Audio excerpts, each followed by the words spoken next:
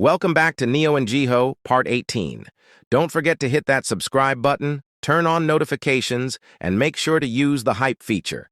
Share this with 5 friends, and let us know what life lesson you pick up from this part. The moonlight spilled softly over the high-rise apartment as Yura sat curled on her ivory couch, one hand on her phone, the other stroking the glass of wine in front of her. The scent of jasmine lingered faintly in the room as her voice dropped into a hushed whisper. "Are you sure he read the message?" she asked the woman on the other side of the call. The maid's voice was low, cautious. "Yes, miss. Mr. Kang called someone named Insu. I overheard him say he is coming back immediately. He sounded very concerned." Yura's eyes gleamed, her fingers tightening around the phone. She let out a soft, calculated breath. "Good. That's all I needed to hear." "Is the old woman okay?" the maid asked, her voice barely audible. "She'll live," Yura replied smoothly. "I didn't ask you to harm her, only to ensure she wasn't strong enough to travel. She'll be looked after now. The timing was just perfect." She stood up, walked to her marble counter, and opened her purse. "I'm transferring money to your account as we speak. You did your part. Don't worry about anything, just act normal. You're a helper. Helpers don't get asked questions." The maid mumbled a thank you, clearly shaken. Yura ended the call. She whispered into the empty room. "Welcome back, Jiho. Let's see what you choose now." Scene 2. Arrival at the hospital. The private jet landed in Seoul just past noon. The air was thick with tension as Jiho, Neo, and Tumi stepped onto the tarmac. 2 sleek black SUVs waited nearby, already flanked by bodyguards and staff. Inside the hospital, Insu paced the waiting area, running a hand through his hair. The moment he saw Jiho, he came forward quickly. "She's stable, but it was close, Jiho. Really close." Jiho's jaw tightened. "Where is she now?" "Private room. The cardiologist wants to keep her under strict observation. There might be something more serious going on. They're doing another scan." Tumi stood beside Neo, her eyes darting nervously around the glossy marble lobby. Neo noticed Insu staring slightly longer than usual. She smirked and whispered, "That's Insu, Jiho's best friend, business partner. Don't let the serious face fool you."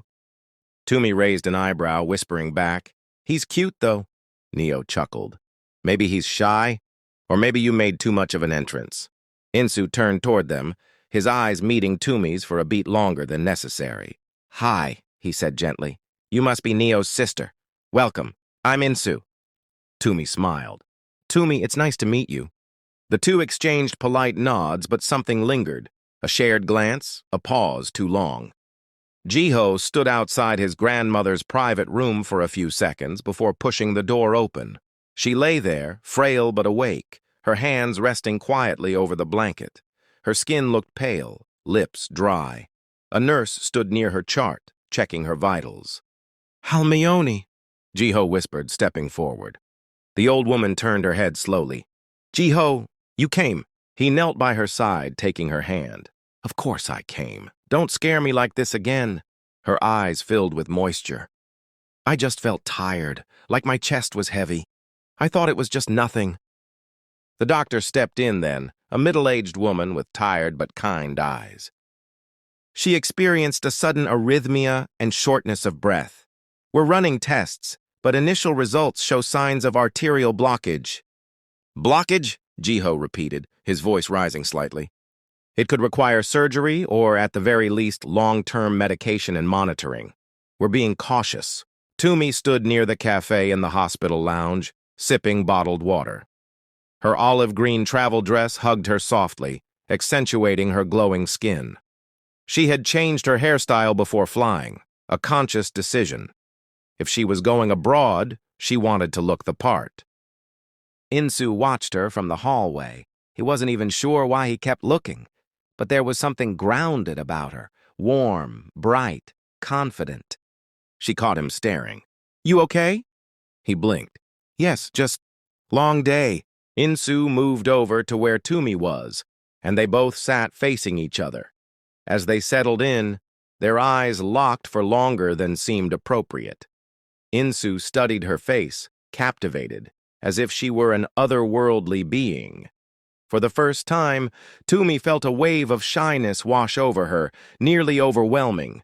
They both smiled, and in a moment of boldness, Insu found himself asking if Tumi was single. It was direct, perhaps too much so, but he couldn't help it. With a hint of shyness in her voice, she replied, "Yes," feeling the weight of his gaze lingering on her. Insu was the kind of man who respected women deeply, and he had never encountered one who could emotionally intimidate him. Until now, Tumi had a presence that spoke volumes, even in her silence.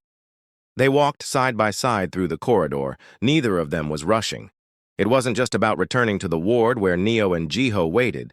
It was the quiet pause between two strangers who had suddenly begun to feel less like strangers. "So," Insu said, his voice even and soft, "I saw on your documents that you just finished nursing school. Is it okay to ask what that's like for you?" Tumi looked at him, her hand still holding the now half-empty paper cup. She hadn't expected the question, especially not from someone who looked like him, polished, composed, quietly elegant. But the way he asked was different, not like he was trying to measure her, but like he truly wanted to know. "It was tough," she said. "Long nights, sick children, sometimes angry patients. But I think it taught me who I am." Insu smiled, tilting his head slightly as he listened. He had assumed she was kind. Anyone who could make Neo laugh like that had to be.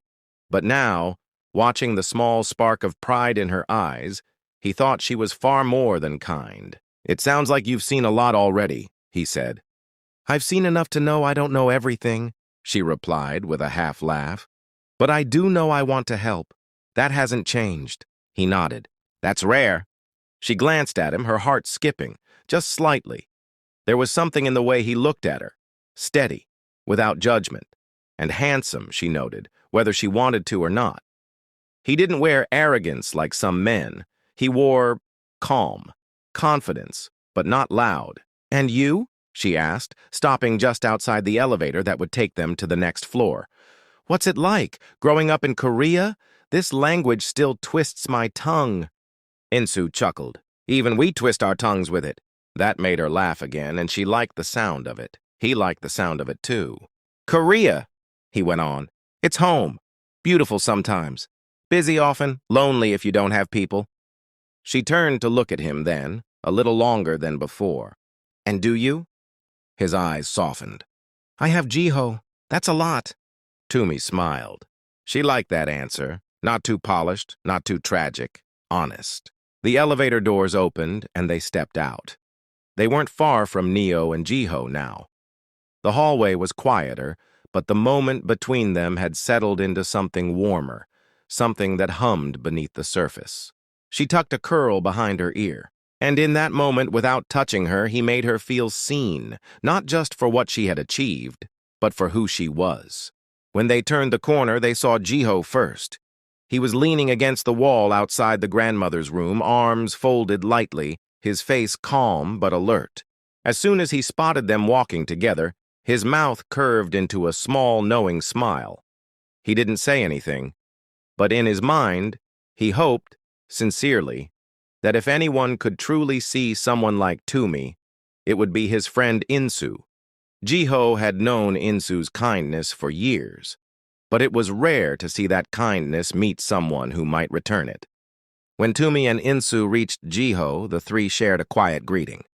And then, just as Jiho turned toward the door to check on Neo, he paused. Behind them, coming down the corridor in sleek heels and an unreadable expression, was Yura. Jiho's smile faded. She walked like someone who owned the ground beneath her heels, shoulders straight, hair pulled into a high twist, face unreadable. Her presence shifted the air. She stopped a few steps away from them and gave a small, sharp smile. "Hi," she said casually. "Didn't know we were holding a family reunion in the hospital." Jiho straightened. Tumi's hands tightened around her cup. Insu's expression remained neutral but watchful. Yura's eyes landed on Tumi. "And who's this?" she asked, tone laced with dry curiosity. "New visitor? I don't think we've met." Tumi lifted her chin slowly. She wasn't going to shrink back. "I'm Neo's sister," she said clearly, "in case you didn't know." Yura raised her eyebrows. "Oh, wow. The whole of Africa's relocating to Korea now?" She let out a breathy laugh. "That's rich." Insu's jaw tensed. Jiho's eyes narrowed instantly. "Tumi," Jiho said gently, placing a hand between her and Yura. Then he turned, his voice cold. "Yura, leave. You're not welcome here." She blinked, feigning surprise. "Excuse me?" "I said leave," he repeated, firmer. "Now!" Insu stepped forward calmly, placing a hand on Yura's arm. Not harsh, but assertive. "Let's go. This isn't the place."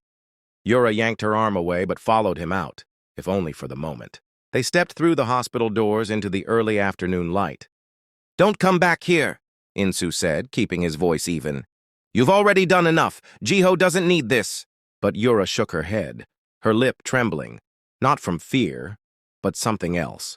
"I came to see his grandmother. I didn't say I came for him. So unless you own this hospital—" "Yura," he began, but she was already turning back. By the time Insu re-entered the corridor, Yura had slipped past him and made her way quietly into the ward where Jiho's grandmother was resting. Neo sat by the bedside, speaking gently with the old woman. Her voice was warm, low, full of affection, but her body froze when she saw Yura enter. Their eyes met. Neo blinked in disbelief. Yura offered a faint smile. "I'll wait until you're done." Neo didn't answer.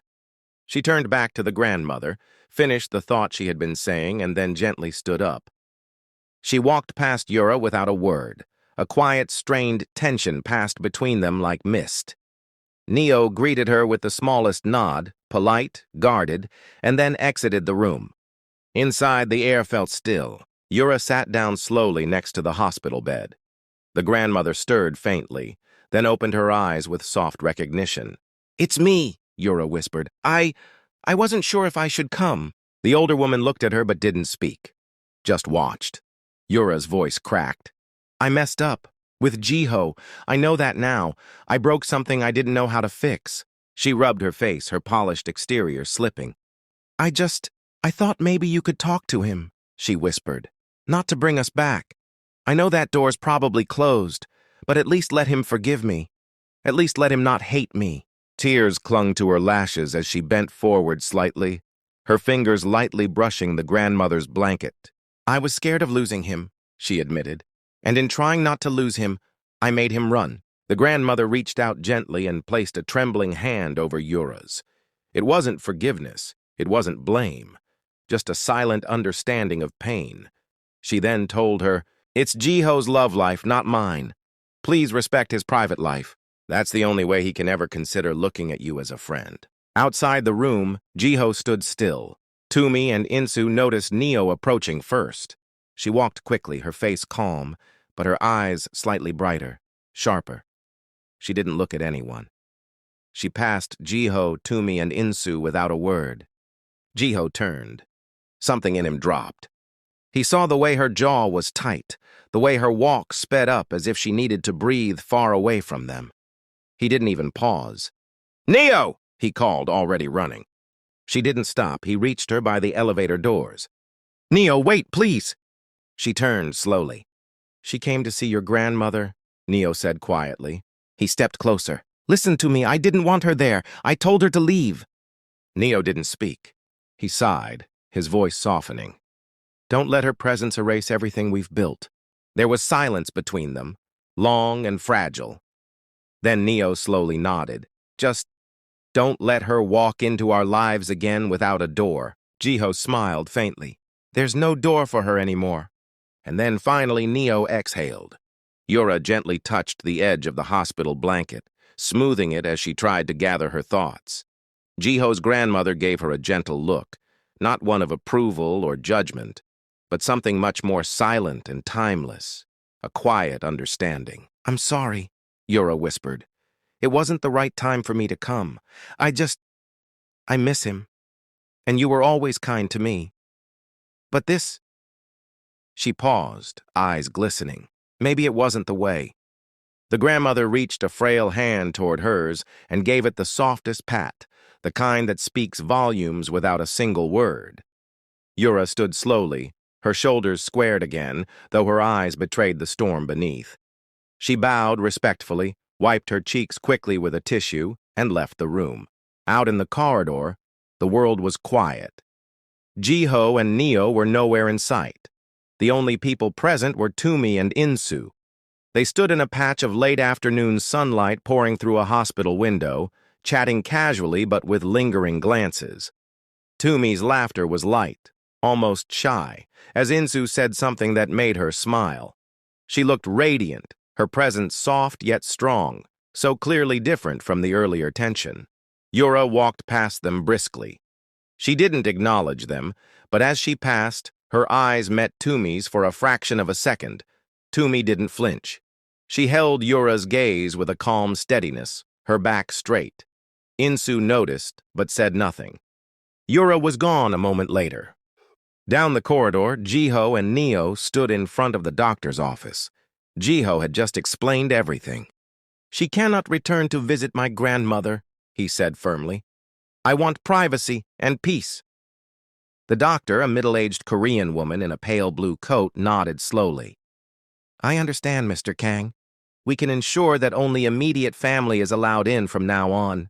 "Thank you," Jiho said, his voice lower now, more grateful. "Also," she added gently, "we've been reviewing her progress.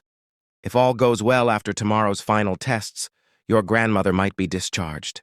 Neo squeezed Jiho's hand gently. Relief washed over his face, but he remained composed. "That's good news. She'll rest better at home." They thanked the doctor and began walking back to the ward. Inside the room, the atmosphere had softened. Insu had returned before Jiho and Neo and was now standing beside the bed. Tumi followed hesitantly. She clutched the strap of her bag, her eyes bright and kind as she moved closer. "Grandmother," Insu said softly, "we want to introduce someone very special." The elderly woman turned her head, her gaze curious. "This is Tumi," Insu continued. "She is Neo's younger sister. She came all the way from Botswana." Tumi stepped forward and bowed respectfully. As she bent, she whispered a short prayer beneath her breath. "May God restore your strength. May peace surround your heart." Jiho's grandmother smiled, a warm, wide smile that melted into her eyes. "You're very kind," she said, her voice soft but clear. "And I see the resemblance. Kindness runs in both of you." Tumi laughed shyly and stepped back as Jiho and Neo entered. Neo beamed at her sister. Jiho nodded in approval. "Did you know," Neo said, placing a hand on Tumi's back, "Tumi just completed her nursing studies. Her graduation is in 2 weeks." "A nurse?" Grandmother's eyes twinkled. "Well then, I think I want her near me more often. Maybe she can be my nurse." Tumi blushed deeply. They stayed a little longer, chatting and comforting the grandmother, who looked more alive than she had all day. The mood was lighter now, no shadow of Yura lingering. Eventually, it was time to go. "Get some rest," Jiho said as he tucked the blankets more securely around her. "We'll see you tomorrow." She nodded. "Bring that nurse back with you," she teased, pointing at Tumi. Tumi laughed again, feeling like part of something bigger than herself. Outside, the sky had turned soft with evening light. The four of them walked together to the car. Jiho, Neo, Tumi, and Insu. The hospital building loomed behind them, but the weight of the day had lifted. "You okay?" Jiho asked Neo as he opened the car door for her. "Better," she nodded. Tumi turned to look at the sleek black car. "This is yours?" "Just one of them," Jiho smiled. "He's being modest," Insu added. "Wait till you see the villa." Tumi laughed nervously. She had never been to a place like that before. As they drove, Jiho and Neo leaned quietly into each other in the back. Insu and Tumi sat in the front. Occasionally, their eyes met. The car was filled with quiet music, road lights flickering past. When they reached Jiho's villa, Tumi stepped out slowly, her mouth parting just slightly in awe. The entrance was bathed in warm gold lights. Marble pillars held up balconies that shimmered in the moonlight. The villa stood like something out of a movie, elegant and calm. "Wow," she whispered. Come on, Neo said with a grin. Welcome to Jiho's world. Jiho stepped beside her. From now on, it's yours too. Tumi smiled quietly, not saying anything. But something inside her stirred. As the girls headed down the hallway, their laughter trailing like perfume, Jiho and Insu entered the study, a cozy masculine room with books lining the walls, a decanter of whiskey on the table, and leather armchairs so deep you could drown in them. Insu flopped into one of the chairs and let out a low whistle. Man, this house never gets old. You sure you don't have a butler hiding in the closet? Jiho laughed and poured them both a drink. I sent them all home. I wanted silence when we returned. Just us. Us, huh? I see you went to Africa and came back a philosopher, Insu teased, settling in with a grin. Jiho smirked, his tone thoughtful. Honestly, I wish we stayed longer. Oh? I thought it was just a short trip. Exactly, too short. I was hoping we'd be there for at least a month. That caught Insu's attention. He leaned in, eyes narrowing with curiosity. Wait, you really loved it that much? Jiho's face lit up with the kind of glow that only comes from true peace. It's hard to explain. Everything just breathes different over there. The people don't rush. They notice you. They laugh with their full bodies.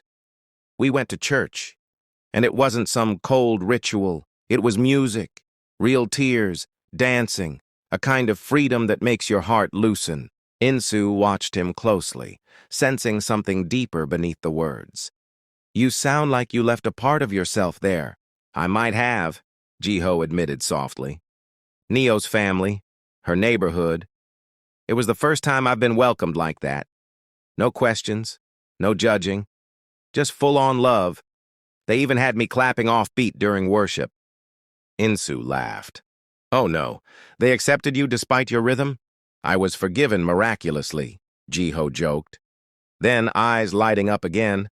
And the food, Hyung, you have no idea. Every dish tasted like it was made with a grandmother's whole heart. There's this thing called cow heels.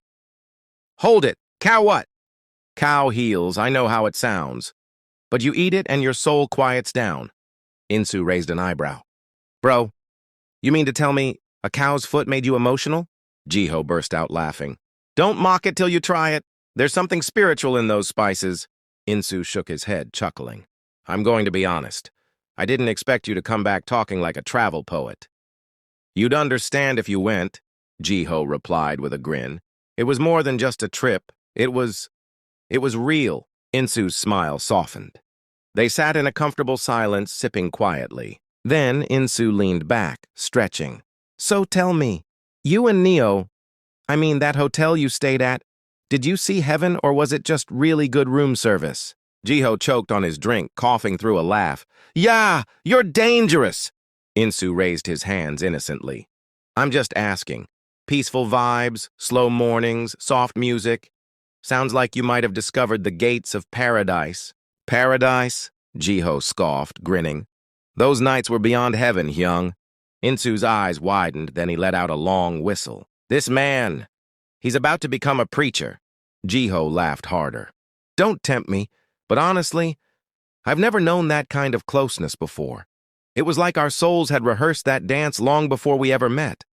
Insu leaned his head back, smiling.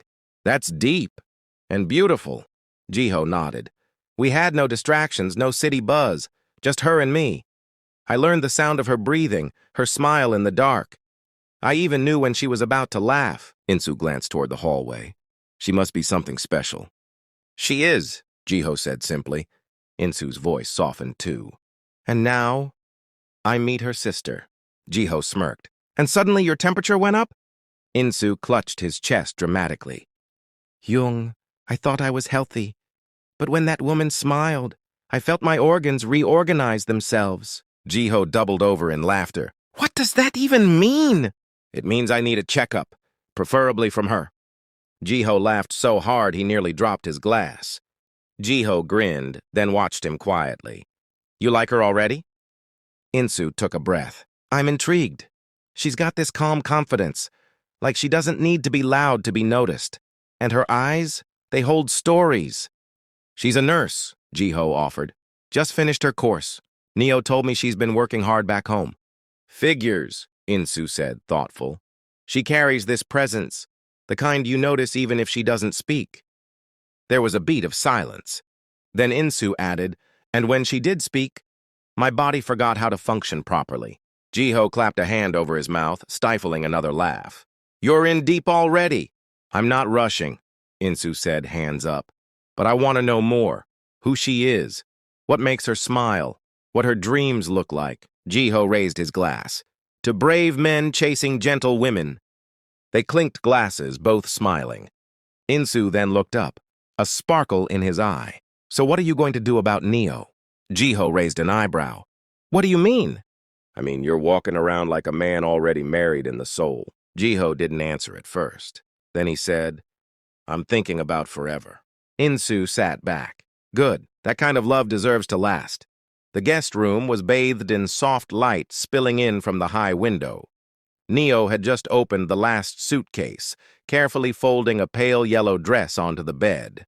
Tumi sat cross-legged beside her, pulling out one item at a time from her own bag, examining each with that classic face of travel uncertainty.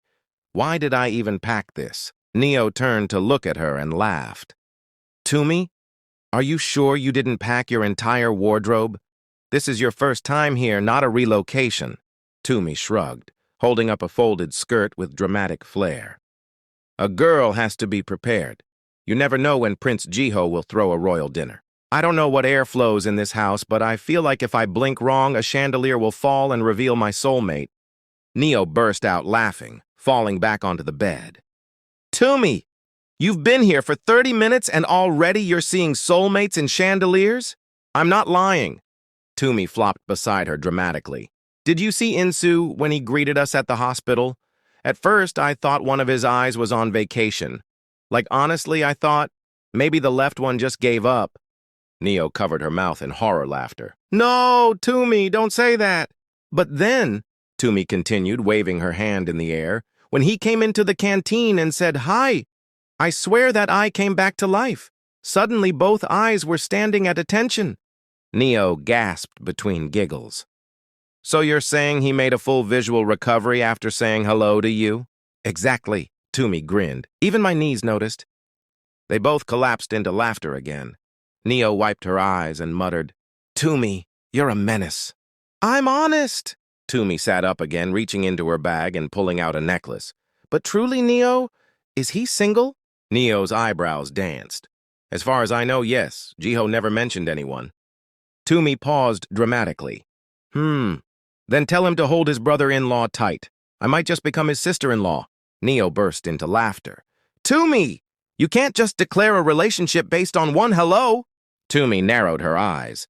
Neo, his smile felt like a Google search bar saying, ask me anything. Wow. Neo rolled her eyes playfully. Then maybe he's waiting for your search history. Neo laughed so hard she dropped the folded blouse in her hand. You're terrible. I'm smitten. Neo stood, placing the blouse in the closet. So, should I warn Jiho? His best friend is about to fall into a romance without any consultation. No warning needed. Tumi smiled slyly. Just tell Jiho to prepare the guest list. I'm already planning the seating chart. Neo turned around and tossed a scarf at her. You're mad. I'm a visionary. The room filled with laughter again, easy and flowing. Then Tumi reached over and held Neo's wrist gently. Jokes aside, Neo, this house, this piece, the way Jiho looks at you, it's beautiful. You know that, right? Neo hugged her lightly. You're sleeping in this room now, but who knows? Next visit, maybe you'll be across the hallway. Tumi's brows rose. What's in the room across the hallway? Neo smirked. Insu's guest room. Tumi covered her face. Neo, stop it! Just then, Neo's phone buzzed on the bedside table. She reached for it and read the message aloud. Jiho, Insu is leaving. Come say goodbye. Neo turned to Tumi. Looks like your future husband is taking off.